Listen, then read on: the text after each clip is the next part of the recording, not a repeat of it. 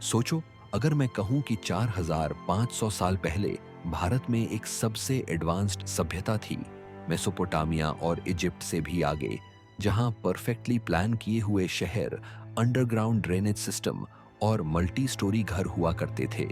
और फिर एक दिन, बिना किसी निशान के सब कुछ गायब हो गया।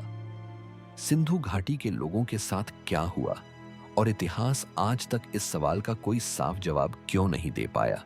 वेलकम दोस्तों। आज हम दुनिया की सबसे पुरानी और सबसे रहस्यमयी सभ्यता, सिंधु घाटी सभ्यता या हड़प्पा सभ्यता के राज्य खोलने जा रहे हैं। ये सभ्यता 4500 साल पहले अस्तित्व में थी, आज के भारत पाकिस्तान के क्षेत्र में, और करीब 50 लाख लोग यहाँ रहते थे। लेकिन हमें आज तक न तो उनकी असली भाषा समझ आई है, और न ही ये कि इतनी शक्तिशाली सभ्यता अचानक गायब क्यों हो गई। चलिए इस पुराने रहस्य को साथ में सुलझाते हैं। 2600 ईसा पूर्व के आसपास, जब न तो मुगल थे, न मौर्य, और न ही वेदों का जमाना शुरू हुआ था, तब सिंधु नदी के किनारे एक अद्भुत सभ्यता फल फूल रही थी। हड़प्पा, मोहनजोदड़ो, धोलावीरा और राखीगढ़ी जैसे शहर कोई आदिवासी गांव नहीं थे, बल्कि शहरी चमत्कार थे। सोचो, साफ सुथरे ग्रिड की तरह बने शहर, एक जैसे पके हुए ईंटों के घर, ढंके हुए ड्रेनेज सिस्टम, अनाज भंडार, सार्वजनिक स्नानागार और नावों के लिए डॉक्स।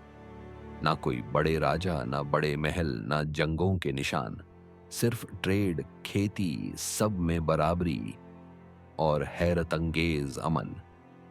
ये लोग कौन थे और इतने आगे कैसे हो गए? अपने जमाने से बहुत आगे थे। आर्कियोलॉजिस्ट्स ने देखा कि आम नागरिकों के पास प्राइवेट बाथरूम और टॉयलेट्स होते थे, जो पूरे शहर के ड्रेनेज सिस्टम से जुड़े होते थे। मोहनजोदड़ो का ग्रेट बाथ धार्मिक या रिचुअल बाथिंग को दर्शाता है। वो स्टैंडर्ड वेट्स का इस्तेमाल करते थे, व्यापार के लिए सील्स बनाते थे, और सोना, लैपिस लाजुली, कार्नेलियन जैसी कीमती चीजों से गहने बनाते थे। उनका व्यापार मेसोपोटामिया तक फैला था। आज के इराक और ओमान तक उनका माल जाता था।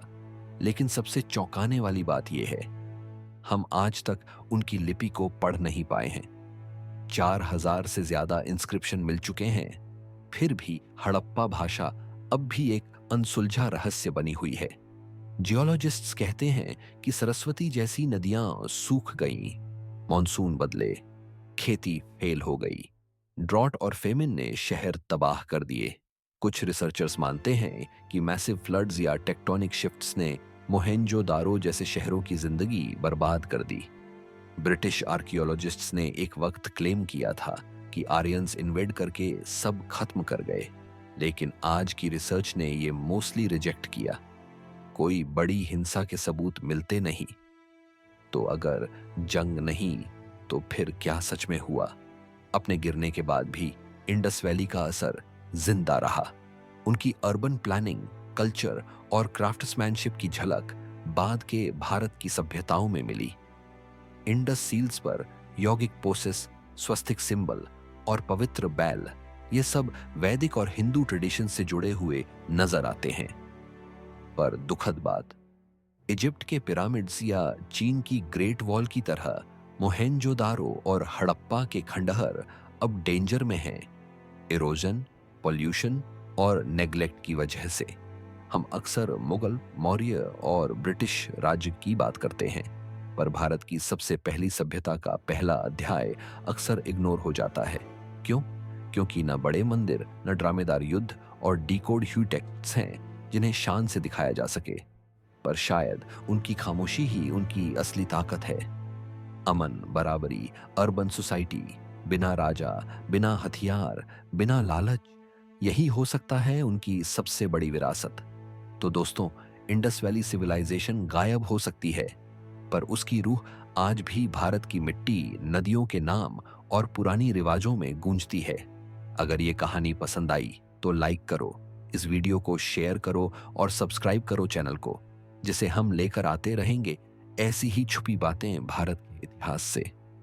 कमेंट करके बताओ, क्या हम कभी इंडस स्क्रिप्ट डिकोड कर पाएंगे, या असली कहानी हमेशा के लिए दब गई?